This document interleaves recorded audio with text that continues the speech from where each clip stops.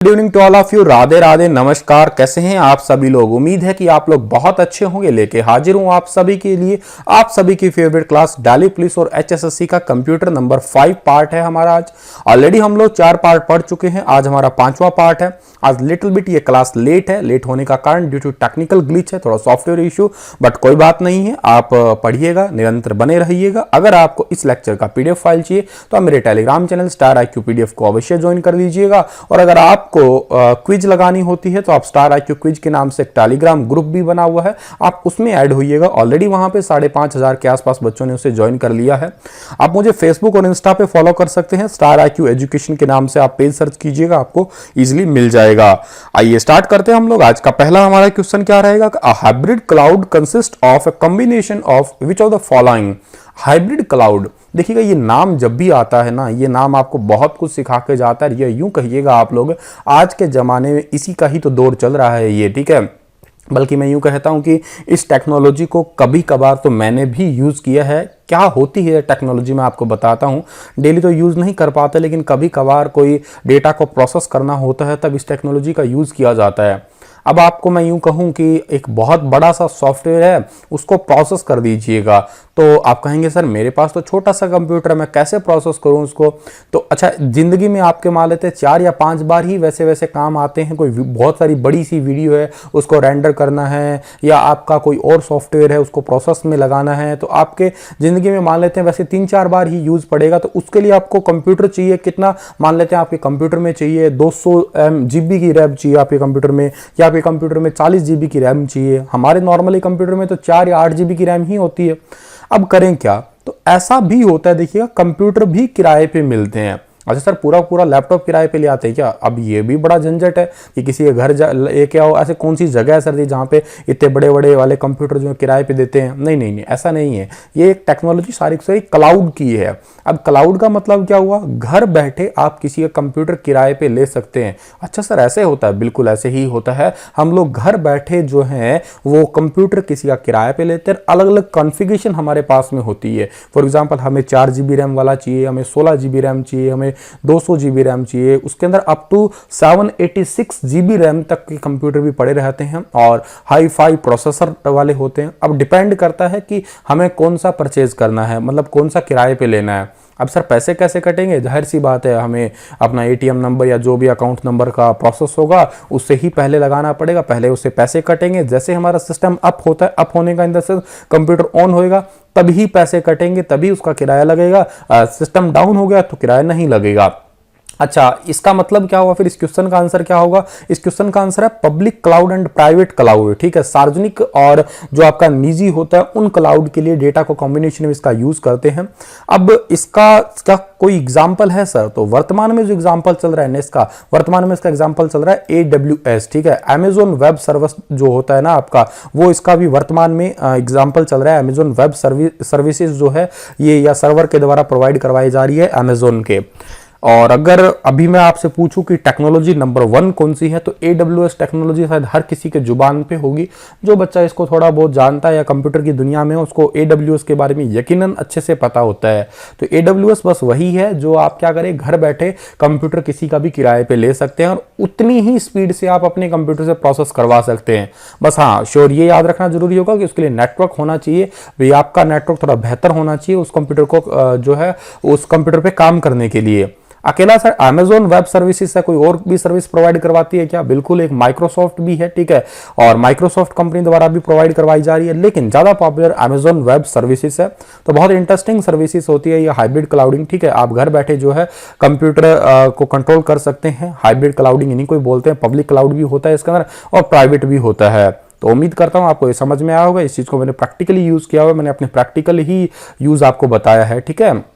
और इसके बेनिफिट क्या होते हैं? तो बेनिफिट तो सबसे बड़ा बेनिफिट यही होता है कि कॉस्ट रिड्यूस हो जाती है। भैया आप इतना बड़ा कंप्यूटर थोड़ी ना लेके आते, और वो कंप्यूटर तो आपका लाखों में पड़ता। अब आप इतनी बड़ी रैम वाला 5 लाख का, 15 लाख का, 20 लाख का, इतना लाख का कंप्यूटर लाके आप क्या करेंगे? कुछ एक ही रुपये दे के आप उसका यूज कर लीजिएगा, बस बात खत्म, ठीक है। अच्छा, दूसरी बात है कि आपके पास में स्पेस का बहुत ज्यादा इश्यू है। तीसरी बात है कि आपको उस लेवल का कंप्यूटर जो है असेंबल्ड करवाने के लिए कहीं बाहर जाना पड़ेगा। आप अपनी लोकल सिटी में तो उस लेवल का, उस उस स्पीड का कंप्यूटर तो असेंबल नहीं करवा सकते भाई। अगर आप 15 लाख का कंप्यूटर खरीद रहे हैं तो आप विश्वास भी तो नहीं करेंगे ना इतना आसानी से, आपको ऑथेंटिक चीजें चाहिए होती है ना सारी की सारी। तो ये सारी की सारी चीजें। और दूसरी बात, सिक्योरिटी का रिस्क भी जो नहीं रहता है इतना ज्यादा। अब हमारा पर्सनल कंप्यूटर, उसके अंदर वायरस आया है कि नहीं आया है, हमें इतना थोड़ा ज्ञान नहीं रहता। आ भी जाता है कई बार, हम नहीं पहचान पाते हैं। लेकिन जो AWS है, अब ये तो बहुत ही टॉप क्वालिटी पे काम कर रहे हैं, दैट्स वाई इनकी ये भी गारंटी होती है कि आपके डेटा का कुछ भी नहीं बिगड़ेगा। तो आप थोड़ा ध्यान रखिएगा। हार्डवेयर की कॉस्ट बचती है, एक बड़े बड़े सॉफ्टवेयर की कॉस्ट बच जाती है। कई बार कुछ सॉफ्टवेयर भी आप जानते होंगे बहुत महंगे आते हैं, उन सॉफ्टवेयर का भी हम लोग जो है खरीद नहीं पाते हैं, दैट्स वाई आपके सॉफ्टवेयर के पैसे भी बच जाएंगे। Better support to for a remote work force, आप बहुत दूर बैठे हैं आराम से जो है सपोर्ट ले सकते हैं ऐसे ऐसे कंप्यूटर्स का। तो ये बहुत सारी अच्छी बात है। मल्टीपल वेंडर्स एक साथ काम कर सकते हैं इस पे। तो आज के टाइम की टेक्नोलॉजी है हाइब्रिड क्लाउड बेनिफिट्स, ठीक है। तो उम्मीद करता हूं आपको ये चीजें समझ में आई होगी। यूं समझ लीजिएगा आजकल लोग पैसा लगा के मतलब राजी नहीं है, फालतू में क्यों पैसा लगाया जाए, जब घर बैठे आपका उतना बड़े वाला जब जरूरत होगी तब उसका काम कर लेंगे। अदरवाइज हमारा बेसिक लैपटॉप तो है ही बिल्कुल ही।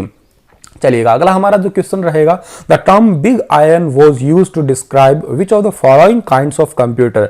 बिग आयरन टर्म जो होती है ना, वो कौन से टाइप के कंप्यूटर से रिलेट करती है इनमें से। तो इसका जो आपका सही आंसर रहेगा बिग आयरन वाला, वो है आपका mainframe computer. B option जो है इस क्वेश्चन का हमारा बिल्कुल ठीक रहेगा। अब देखिएगा, मैंने एक दिन आगे भी आपके आगे जिक्र किया था टाइप्स ऑफ कंप्यूटर का, उन्हीं कंप्यूटर्स के अंदर ये वाले कंप्यूटर आपके ऑप्शन में दिए हुए हैं। लाइक आपका सबसे पहले मैंने कहा था कंप्यूटर 3 टाइप के होते हैं, एक होता है बेस्ड ऑन साइज होता है, एक बेस्ड ऑन वर्क होता है, एक बेस्ड ऑन पर्पज होता है। पर्पज इन द सेंस एक स्पेशल पर्पज, एक जर्नल पर्पज। किसी खास उद्देश्य के लिए बनाया गया कंप्यूटर वो स्पेशल पर्पज है। जर्नल पर्पज हमारी बेसिक आम जिंदगी के आसपास कंप्यूटर हैं, वही आपके सारे के सारे जर्नल पर्पज कंप्यूटर कहलाएंगे। अच्छा, जो आपके टाइप्स ऑफ या साइज के आधार पे जो कंप्यूटर है ना, उनमें सबसे छोटा होता है माइक्रो कंप्यूटर। जिस लैपटॉप से मैं पढ़ा रहा हूं वो एक माइक्रो कंप्यूटर है, जो आपके हाथ में फोन है एक माइक्रो कंप्यूटर है।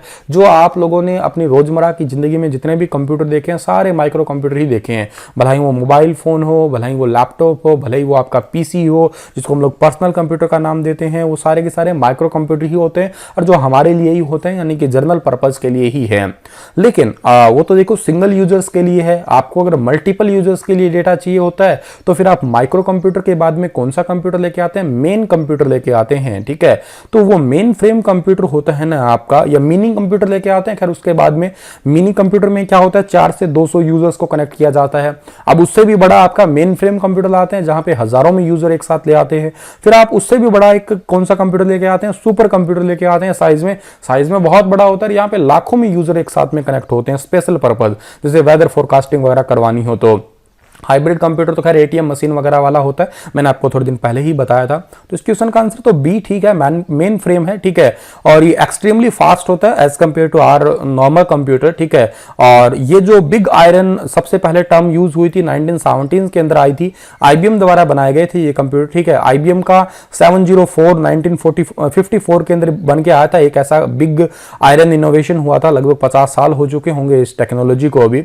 और ये बेसिकली काम क्या करता था, साइंटिफिक कैलकुलेशन का काम करता था। यानी कि जो एक कैलकुलेटर नॉर्मल होता है, एक जिन बच्चे ने जो पढ़ा होगा एनएम वगैरह या जो बीटेक वाला या उस टाइप का मैथ पढ़ा होगा, इंजीनियरिंग मैथ, उसके अंदर एक साइंटिफिक कैलकुलेटर का यूज किया होगा, या कॉमर्स साइड से जो बच्चे उनका साइंटिफिक कैलकुलेटर यूज किया होगा, तो उस कैलकुलेटर का यूज जो है ये वाले कंप्यूटर किया करते थे शुरुआत में।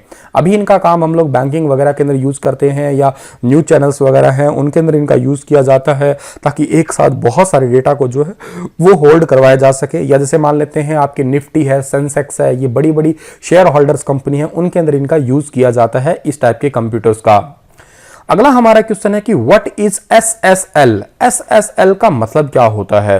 देखिएगा, एसएसएल टर्म भी आज के टाइम में बहुत पॉपुलर है। एसएसएल का मतलब होता है secure sockets layer. C option सही है आपका। देखिएगा, अगर मैं आपसे कहूं कि मैं आपको डेटा सेंड करता हूं, वो डेटा केवल आप ही तक पहुंचे, बीच में कोई उसे चुरा ना ले, तो कितनी अच्छी बात है। आप किसी को व्हाट्सअप मैसेज करते हैं, हेलो हाय जानू कैसे हो आप लोग, अगर वो आपका जानू का मैसेज केवल आपकी जानू तक ही पहुंचे तो कितनी बढ़िया बात है। लेकिन अगर वो जानू का मैसेज को बीच में जानू के पापा देख ले तो फिर आपका क्या होगा, फिर तो आपका वही होगा होगा जो आपको अच्छे से पता है, सारी चीज़ें आपको याद आ गई और बिना समझाए आपको पता लग गया।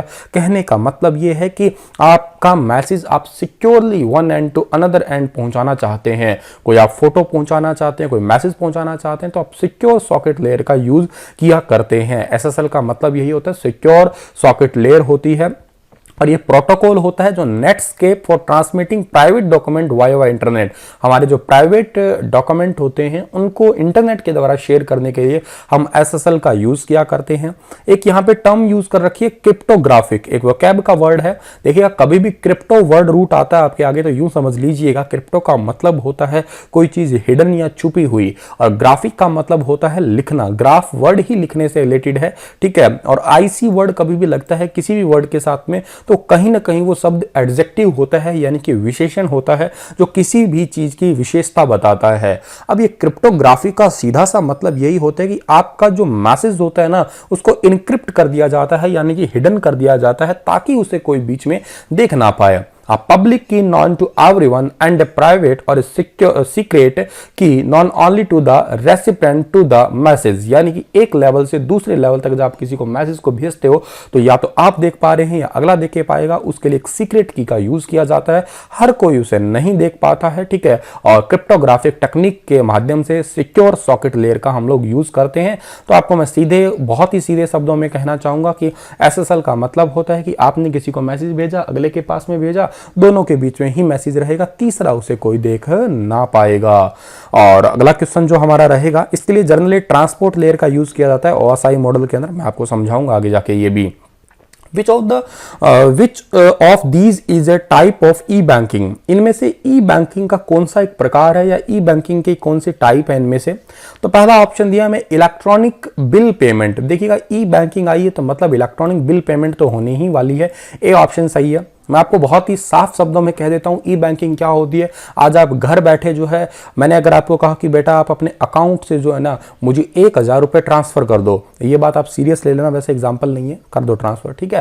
और मान लेते हैं चलो 1000 रुपये आपने बैंक से ट्रांसफर कर दी गूगल पे से, ये ई बैंकिंग तो हुई है ना। आपने घर बैठे अपने जो है कोई भी बैंकिंग का कोई लेन देन करना है, किसी दोस्त के पास में ज्यादा रकम सेंड करनी है, या यूं कह दीजिएगा अपने अकाउंट में कुछ पैसे सबमिट करवाने हैं, मशीनों के थ्रू आप करवा लेते हैं, या किसी को जो है आपने बिल पे करके आए हो, आप लोग मान लेते हैं कोई आप खाना खा के आए हो और किसी रेस्टोरेंट में आपका 200 रुपये बिल बना है, आपने मोबाइल से, गूगल पे से, फोन पे से, आपने भीम वगैरह जैसे भी करके जो है पे कर दिया। ये सारा ई बैंकिंग का तो काम हो रहा है। आजकल हम करते ही तो ई बैंकिंग, और क्या करते हैं। सीटीएस भी होता है, आपका चेक ट्रांजेक्शन सिस्टम होता है, ठीक है, ये भी एक ई बैंकिंग के अंदर आएगा। टेलीफोन बैंकिंग होती है, ये भी एक ई बैंकिंग में आएगा। तो ऑल ऑफ द अबो जो है इस क्वेश्चन का बिल्कुल ठीक रहेगा आंसर। हम लोग इन्हीं का तो यूज किया करते हैं ना, चेक का यूज करते हैं हम लोग, बिल सिस्टम का यूज करते हैं, टेलीफोन सिस्टम का यूज करते हैं, इन्हीं को हम लोग ई बैंकिंग का नाम दिया करते हैं, जो कि आजकल पॉपुलर टर्म में भी है। What are the viruses that rewrite themselves completely each time they are to infect new executable known as? ऐसे कौन से वायरस है जो हर बार अपने आप को पूरी तरीके से जो है रीराइट कर लेते हैं, अपने आप को पूरा का पूरा दोबारा वैसा का वैसा लिख लेते हैं और फिर हमारे डेटा को जो है खराब करते हैं? ऐसे वायरस को बेसिकली मेटामॉर्फिक वायरस कहा जाता है। ए ऑप्शन सही है। अगर मैं आपको वायरस का फुल फॉर्म कहूं तो वायरस का मतलब ये होता है आपका vital information resources under seize. क्या है vital information resources under seize, यानी कि वाइटल का मतलब होता है VITAL, वाइटल, इसका मतलब होता है बेहद जरूरी कोई चीज आपकी, इंफॉर्मेशन रिसोर्सेज अंडर सीज। तो ये क्या करते हैं एक्चुअल में, ये एक प्रोग्राम ही होते हैं, लेकिन ये एक मलिशियस एक्ट करते हैं, ये हार्मफुल प्रोग्राम होते हैं ये। अब मेटामॉर्फिक जो वायरस होता है ना पर्टिकुलर, ये अपने आप को पूरा का पूरा रीराइट कर लेता है। वैसे देखिएगा वॉर्म वायरस भी ऐसा होता है जो डबल होता रहता है, 2, 2 से 4, 8, 16, 32, लेकिन ये क्या करता है कि डबल तो नहीं होता, लेकिन अपने आप को पूरा पूरा एक फाइल में पड़ा है, अपने आप को वैसा का वैसा दोबारा तैयार कर देगा। अगर मान लेते हैं आपने किसी एंटीवायरस से निकाल भी दिया तो इतने आसानी से निकलने नहीं वाला है आपका, फिर अपने आप को दोबारा का कंप्लीट लिखा और जो एग्जीक्यूटेबल फाइल है, जो फाइल चल रही है, एग्जीक्यूट हो रही है, उसको जो है ये इफेक्ट करने वाला एक वायरस है ये। हालांकि पॉलीमॉर्फिक वायरस भी ऐसा ही होता है, इफेक्ट करता है, लेकिन ये अपने आप को कंप्लीट रीराइट नहीं कर पाता है। मैक्रो वायरस क्या करता है, पर्टिकुलर आपका मैक्रो वायरस हमारी एमएस वर्ड है, एक्सेल है, पावर पॉइंट है, इनके अंदर ही आता है जर्नली इनके अंदर, बाकी और के अंदर भी आ सकता है, इन फाइल्स के अंदर अटैच होकर आता है। मान लेते हैं आपने मेरे को एक पीपीटी फाइल दी, एक वर्ड फाइल दी, तो उसके साथ में मैक्रो वायरस आएगा और फिर मेरे कंप्यूटर में आके फिर मेरे कंप्यूटर का सत्यानाश कर देगा। तो ये इसका आंसर रहेगा बेसिकली ए ऑप्शन सही रहेगा, मेटामॉर्फिक वायरस। ठीक है, ये आप याद रखिएगा। Virus that utilize the technique that said to be a metamorphic code, यही टेक्निक को मेटामॉर्फिक कहते हैं, जो नई एग्जीक्यूटेबल फाइल को इफेक्ट करता है। और मैक्रो तो इन तीनों को ही इफेक्ट करता है, बेसिकली वर्ड है, एक्सेल है और पावर पॉइंट है। Which of these malicious program collect information about users and send the data to a remote user? ये भी एक बहुत बहुत इंपॉर्टेंट क्वेश्चन है। एक कौन सा ऐसा मलिशियस, देखिएगा वोकैब का वर्ड अगेन है, आपको कह रहा हूं मैं, जिसमें वर्ड के आगे मेल लग जाता है वो नेगेटिव होता है, ध्यान रखिएगा। एमएल का मतलब होता ही नेगेटिव है, तो ये नेगेटिव वर्ड है आपका एक प्रकार का कि malicious program collect information about user and sends the data to a remote user. एक ऐसा प्रोग्राम जो आपके कंप्यूटर से डेटा को चुरा तो लेगा और उसकी जानकारी को ले तो लेगा, उपयोगकर्ता के बारे में जानकारी एकत्रित कर लेगा और डेटा को किसी दूर स्थान पे भेज देगा। मतलब के घर बैठे चोरी करने वाला कौन सा रहेगा, स्पाईवेयर कहलाता है प्यारे बच्चा, वो आपका सी ऑप्शन सही है। आप इस फोटो से रिकॉग्नाइज कर पा रहे होंगे, मान लेते हैं कंप्यूटर चला रहे हैं आप लोग, लेकिन आपके फोन के अंदर या आपके लैपटॉप के अंदर जो है किसी ने स्पाईवेयर डाल दिया, कोई ऐसा प्रोग्राम डाल दिया। अब आपने जब भी कंप्यूटर ऑन किया तो ऑनलाइन कनेक्ट हो गया, आपने लॉगिन आईडी पासवर्ड डाला, वो सब कुछ देख रहा होता है कि आप अपने कंप्यूटर में कर क्या रहे हैं। जनरली ये आपके इनोसेंट वायरस होते हैं, म्यूजिक फाइल के साथ ही में ही आते हैं। लाइक मैं आपको इसका एग्जांपल देता हूं, एक ट्रोजन हॉर्स होता है, एक बहुत अच्छा स्पाईवेयर कह सकते हो आप लोग, या कॉन्फिडेंशियल इंफॉर्मेशन को चुराने वाला कह सकते हो। आपके जैसे ट्रोजन हॉर्स क्या होता है, इनोसेंट वायरस है और आपके फोन के अंदर या लैपटॉप के अंदर आपने कोई म्यूजिक फाइल डाउनलोड की है, ठीक है, और उस म्यूजिक फाइल डाउनलोड होते ही साथ में अपने आप ही वो डाउनलोड हो जाएगा। मान लेते हैं आपने गाना डाउनलोड किया, तेरी कोठी मैं बनवा दूं चंडीगढ़ शहर में चोरी, आपने गाना डाउनलोड किया, गाना तो डाउनलोड हो जाएगा, लेकिन अपने आप कोई एक फाइल और डाउनलोड हो जाएगी, मतलब कोठी तो बनेगी, कमरा एक्स्ट्रा बनेगा चंडीगढ़ में, और वो फाइल क्या करेगी, वही फाइल आपके जो है कंप्यूटर के कॉन्फिडेंशियल इंफॉर्मेशन, यानी कि आपका डेबिट कार्ड का पासवर्ड है, एटीएम कार्ड का पासवर्ड है, या व्हाटएवर जो आपके पासवर्ड है आईडीज वगैरह के, उनको चुराएगा और फिर बात ही खत्म। तो आगे तो समझ जाओगे क्या होने वाला है आपका। दूसरे जगह रिमोट का मतलब किसी दूर दराज के एरिया पे जो डेटा को इंटरनेट के वाइवा सेंड कर देता है सारी की सारी हमारी informations. What was the first SMS sent? पहला SMS किसे भेजा गया था? देखिए अब पहला SMS भेजा किसे गया था वो तो बताता हूं, कौन सा भेजा गया था, खैर ये लिखना था मुझे क्वेश्चन में, इसका सी ऑप्शन सही है, मैरी क्रिसमस भेजा गया था। पहला SMS जो है सी ऑप्शन सही है, और ये भेजा किसने था, इंजीनियर नील पैपवर्थ ने भेजा था, जो कि आपको फोटो में दिखाई दे रहे हैं, ठीक है। इन्होंने भेजा था किसको, वोडाफोन डायरेक्टर रिचर्ड जेविस को भेजा था सबसे पहले। कब भेजा था, 3 दिसंबर 1992 को भेजा गया था पहला टेक्स्ट मैसेज, ठीक है, मैरी क्रिसमस का। तो ये क्रैमिंग सा क्वेश्चन है जो आपको याद कर लेना है। What does OLE in MS Access, ठीक है, MS Access के अंदर OLE का फुल फॉर्म क्या होता है? OLE का फुल फॉर्म होता है object linking and embedding. B option सही है इस क्वेश्चन का हमारा। OLE का मतलब क्या, ऑब्जेक्ट लिंकिंग एंड एम्बेडिंग, ये होता है इसका फुल फॉर्म। इसका मतलब क्या हुआ सर, इसका मतलब ये हुआ कि आप लोग जैसे अपनी डॉक्यूमेंट फाइल, कई बार आपने कोई डॉक्यूमेंट फाइल बनाई है, MS वर्ड के अंदर बनाई है, पावर पॉइंट के अंदर बनाई है, उसके अंदर आप लोग बहुत सारी चीजें लिंक कर लेते हैं। लाइक मैं आपको इस क्वेश्चन से बताऊं, इसमें मैंने फोटो लिंक कर रखी है साथ में, कई बार मैं कोई आईडीज लिंक कर लेता हूं, ठीक है। तो ये सारी चीज क्या होती है, ऑब्जेक्ट लिंकिंग एंड एम्बेडिंग, इसी टेक्निक को हम लोग बोला करते हैं, ठीक है। तो जनरली हम लोग अपने बहुत सारे डेटा को जो है लिंक करने के लिए यूज किया करते हैं, ठीक है। हमारा एक सर्वर हो गया, उसे हम लोग ऑनलाइन सर्वर्स को भी बहुत सारे डेटा को जो है लिंक कर लेते हैं, ये OLE टेक्निक होती है। Which of these is the extension of MS Access 2007 database file? आप लोग जब भी कभी माइक्रोसॉफ्ट MS सॉफ्टवेयर डालते हैं, आप लोग MS ऑफिस डालते हैं, तो आप माइक्रोसॉफ्ट एक्सेल, पावर पॉइंट और वर्ड के साथ में एक अलग सॉफ्टवेयर पाते हैं MS एक्सेस के नाम से। हालांकि इसे हम लोग बहुत ही कम यूज करते हैं, यूज करते ही नहीं है इवन, लेकिन इसका एक्सटेंशन क्या होता है, वर्ड का एक्सटेंशन आप सभी को पता है क्या होता है, DOCX है, ठीक है, प्रेजेंट की बात कर रहा हूं मैं। अच्छा, DOCX वर्ड का है, तो PPTX किसका है, पावर पॉइंट का है, और XLS किसका है, एक्सेल का है। XLSX लास्ट में लगेगा, 2007 के बाद में ऐड हो गए थे ये। लेकिन जो आपका MS Access है, इसका एक्सटेंशन क्या होता है, इसकी फाइल अगर आप सेव करोगे तो इसका एक्सटेंशन होता है .accdb। ए ऑप्शन सही है। हालांकि ये तीनों ऑप्शन भी MS Access से रिलेटेड है, बताता हूं आपको मैं। MS Access कुछ इस टाइप का होता है दिखने में आपको, ठीक है। और इसका जो आपका है एक्सटेंशन तो मैंने आपको बता दिया। अब ये बाकी ऑप्शन इसमें क्या दिए थे, MDW दिया था। इसका काम क्या होता है, एक्सेस के अंदर ही क्या करता है, कुछ इंफॉर्मेशंस होती है, file name, user name, password वगैरह होते हैं, उनको सिक्योर करने के लिए इस फाइल का यूज किया जाता है। एडीबी का मतलब होता है कोई माइक्रोसॉफ्ट का प्रोजेक्ट फाइल स्टोर करने के लिए। और ACCDB जो है वो पहले यूज होता था, आजकल इसका नाम MDE हो गया, किसी डेटाबेस फाइल को प्रोटेक्ट करने के लिए इसका यूज करते हैं। और MS Access का यूज किस लिए करते हैं हम लोग, टू डेवलप एप्लीकेशन सॉफ्टवेयर बनाने के लिए, डेटाबेस वगैरह का बनाने के लिए हम लोग इसका जनरली यूज किया करते हैं। What is the motion path in MS PowerPoint. देखो माइक्रोसॉफ्ट पावरपॉइंट अगर आता है तो मोशन तो कंप्लीट होगा ही होगा। मोशन कैसे होता है, हम मोशन कैसे डालते हैं उसके अंदर, गति कैसे डालते हैं, एनिमेशन से तो डालते हैं ना। तो ए ऑप्शन सही रहेगा। तो बहुत ही सिंपल सा क्वेश्चन था जो आपको सीधा सीधा याद रह जाएगा। ऐसे पीपीटी के अंदर हम लोग एनिमेशन डाल देते हैं, अपने आप मूव करने लग जाता है। कोई शेप के अंदर हम लोग एनिमेशन डालते हैं, वो आपको मूव करती दिखाएगी लड़ियों की तरह। तो ये पावरपॉइंट के अंदर ही यूज होता है। What is control plus Q for MS word. तो कंट्रोल प्लस क्यू जो होता है वो MS वर्ड के अंदर क्या यूज होता है, ये भी क्रैमिंग सा क्वेश्चन है। ये पैराग्राफ को रिमूव करने के लिए यूज किया जाता है, पूरा का पूरा पैराग्राफ।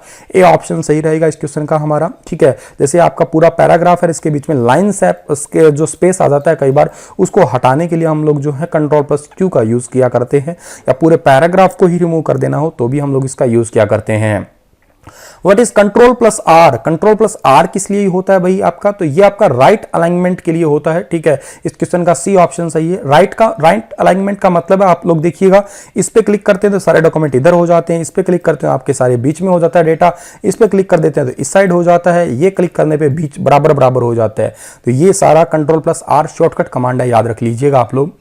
और अगला क्वेश्चन है कि which menu option is use to add header and footer in document. Document के अंदर हेडर और फूटर यानी कि ऊपर और नीचे कुछ मतलब नीचे कुछ लिख देने के लिए, जैसे पेज नंबर वगैरह लिख देने के लिए हम लोग क्या करते हैं, तो ऐड करने की बात आई है तो इंसर्ट ही नाम होगा ना। कोई डॉक्यूमेंट फाइल ऐड करनी हो, कोई पेज ऐड करना हो, कोई सिंबल ऐड करना हो, कोई टेक्स्ट ऐड करना हो, इन सभी के लिए हम लोग इंसर्ट का यूज किया करते हैं। तो ये भी एक टाइप का क्रैमिंग क्वेश्चन है जो आपको याद कर लेना है। इसी के साथ ये लेक्चर समाप्त होता है। उम्मीद करता हूँ आपको चीजें समझ आई होंगी। फिर हाजिर होऊंगा लेटेस्ट अपडेट के साथ में, तब तक के लिए आप हंसते रहना, मुस्कुराते रहना। धन्यवाद।